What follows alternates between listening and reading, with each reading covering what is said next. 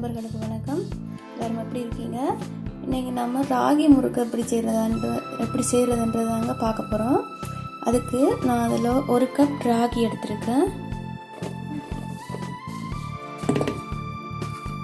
அது நான் ஜலிச்சு எடுத்துருக்கிறேன். நீங்கள் ஒரு ஜலிச்சு எடுத்துக்கோங்க. ஏன்னா அந்த ராகியில் இருக்கிற தோல் இருக்கு இல்லையா, அது கொஞ்சம் இப்படி நார் மாதிரி இருந்துக்கும். அதனால் கொஞ்சம் ஜலிச்சு எடுத்துக்கோங்க. இன்றைக்கி இது இந்த ராகி முறுக்கு செய்கிறதுக்கு இதில் நான் கடலை மாவு ஆட் பண்ணிக்கொள்ள போகிறதில்ல. ஏன்னா கடலை மாவு ஆட் பண்ணிங்கன்னு சொன்னால் அது கொஞ்சம் உங்களுக்கு ஒரு நசுன்ற ஒரு கிறிஸ்பியான முறுக்கு கிடைக்காது. அதால் பொட்டுக்கடலை மாவு, இப்போ நான் 1 கப் ராகி மாவுக்கு ஒரு 1/2 கப் பொட்டுக்கடலை மாவு மிக்சியில் போட்டு அடித்து பவுடர் ஆக்கி ஜலிச்சு வச்சுக்கிறேன். அதை தான் அதில் மிக்ஸ் பண்ண போகிறேன். 1 கப் ராகி மாவுக்கு 1/2 கப் பொட்டுக்கடலை சரியாக இருக்கும். ஓகே, இப்போ இந்த பொட்டுக்கடலை 1/2 கப் பொட்டுக்கடலை மாவை இதில் நான் சேர்த்துக்கிறேன். அப்புறமா 1 டேபிள் ஸ்பூன் அளவு மிளகு ஜீரகம். உங்களுக்கு முறுக்கு காரமாக வேணும்னா மிளகாத்தூள் போடுவாங்க. அந்த மிளகாத்தூள் அவ்வளோவா டேஸ்ட் கொடுக்காது. தனியாக பெப்பர் தூள் போட்டுக்கோங்க. அது ஒரு டேஸ்ட்டாக தான் இருக்கும். உங்களுக்கு காரத்துக்கு ஏற்ற மாதிரி போட்டுக்கோங்க. அளவு எல்லாம் பெப்பருக்கு அளவெல்லாம் தேவையில்லை. உங்களுக்கு காரம் எவ்வளோ தேவைன்றதை பொறுத்து நீங்கள் போட்டுக்கோங்க. அப்புறமா 2 டேபிள் ஸ்பூன் அளவு நான் எள்ளு சேர்த்துக்கிறேன். உங்கள்கிட்ட கருத்தல் இருந்தாலும் நீங்கள் சேர்த்துக்கோங்க. அடுத்தது பெருங்காயத்தூள் அடுத்த சேர்த்துக்கோங்க. 1 டீஸ்பூன் அளவு பெருங்காயத்தூள். இதை இந்த 2 நீங்கள் ஊற போட்டு கரைச்செல்லாம் ஊற்றணுன்றது எல்லாம் கிடையாது. கையால் ஒருக்கா நசிச்சு விட்டாலே இது எல்லாம் உடைஞ்சிரும். நீங்கள் 2 கையாலும் ஒருக்கா நசிச்சு போட்டுக்கோங்க. இது எல்லாத்தையுமே நல்லா ஒரு வாட்டி மிக்ஸ் பண்ணிக்கோங்க.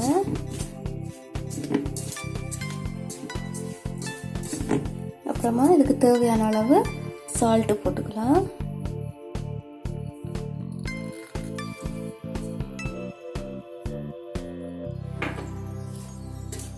மிக்ஸ் பண்ணிக்கோங்க.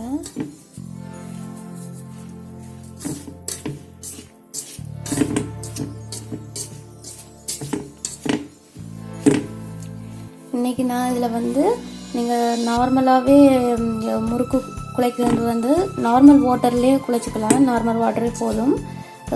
சுட வச்சதுன்றெல்லாம் தேவையில்லை. நான் இன்றைக்கு தண்ணி ஆட் பண்ணிக்கொள்ள போகிறதில்ல. நான் தேங்காய் துருவி பால் பிழிஞ்சு வச்சுருக்கேன். அந்த தேங்காய் இந்த பாலில் தான் நான் இன்றைக்கு இந்த முறுக்கு பிசைய போகிறேன். இது நல்லா மிக்ஸ்ட் ஆகிட்டு நான் பிழிஞ்சு வச்சுருக்கிற பாலை கொஞ்சம் கொஞ்சமாக இதில் ஊற்றி பிழிய போகிறேன். ராகி முறுக்கு மாவு பிசையும் போது நான் அது தேங்காய் பால் ஆட் பண்ணி இதை பிசைய போகிறேன். நீங்கள் ராகி முறுக்குக்கு வளமையாக அரிசி முறுக்கு மாதிரி விட கொஞ்சம் கூட கொஞ்சம் தண்ணி கூட ஆட் பண்ணிட்டு இதன் லைன்னு சொன்னால் உங்களுக்கு கொஞ்சம் தண்ணி இது ரொம்ப கொஞ்சம் இழுத்துக்கும். அதால் கொஞ்சம் கூடவாகவே தண்ணுங்க. அப்பப்போ கையை நினச்சி போட்டு நீங்கள் மாவை பிசைஞ்சு உரலில் போட்டு பிழியலாம்.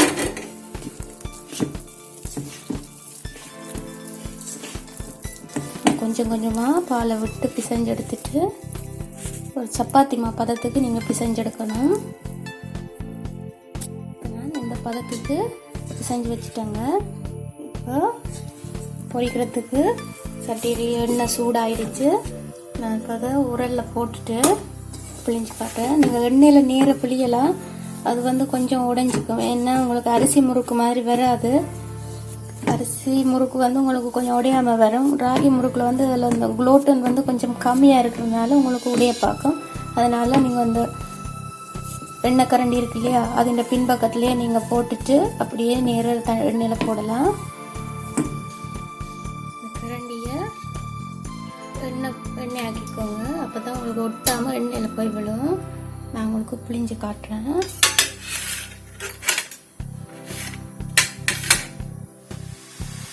போட்டிருக்கேன். அது கொஞ்சம் பொரியல் இப்போ தான் போட்டிருக்கேன். நுரை இருக்கு இல்லையா, அந்த நுரை கொஞ்சம் அடங்கிட்டு வந்துச்சுன்னாக்கா உங்களுக்கு தெரியும் பொரிஞ்ச பதம் வந்துட்டேன்னு சொல்லு. சரியான பதம் வர்றது இந்த நுரை அடங்கணும்.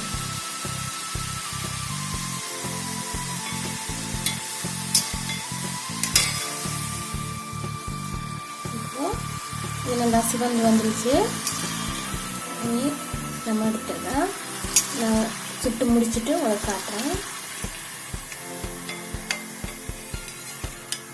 அம்மா செஞ்ச ராகி முறுக்கு ரெடி ஆச்சு. நீங்களும் செஞ்சு பாருங்க.